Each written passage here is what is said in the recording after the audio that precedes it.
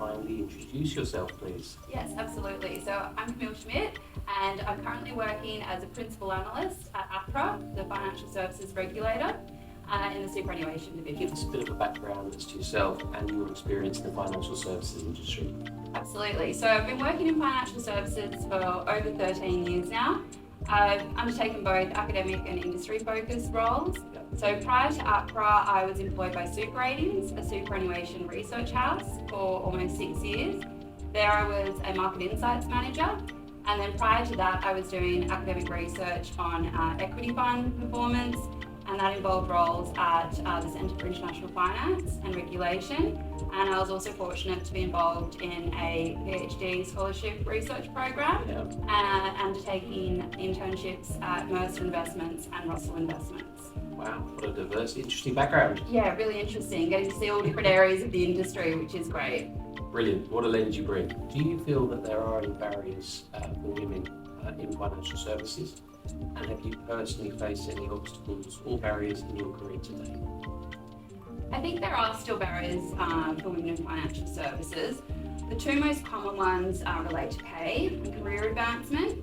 So we do see a higher gender pay gap in financial services, and we still only see about 30% or less of senior roles being taken up or provided to women in the industry. We have seen improvement over time though, which is pleasing, but there is still more progress to be made. Typically we see the pay gap due to women taking career breaks based on parental leave and other carer responsibilities. Luckily, I've been fortunate to have worked for organisations which have a strong approach to diversity and have been, providing women and men with equal pay for equal roles. So that's been really pleasing to see for myself. That's great. Do you consider it important to have female role models in the financial services industry? And in your career to date, have there been any examples of females that you particularly looked up to?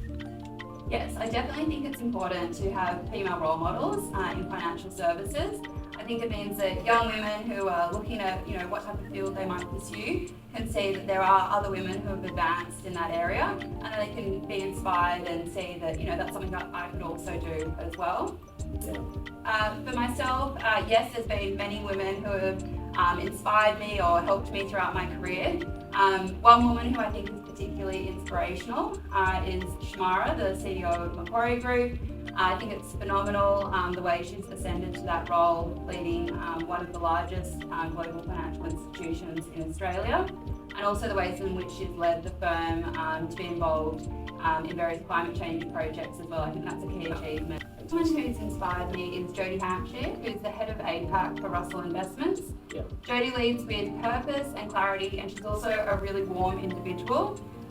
She's also focused on well-being and sharing her journey and supporting others in that space. Are there any organisations potentially change their culture and address issues of gender bias, even if they don't know they exist?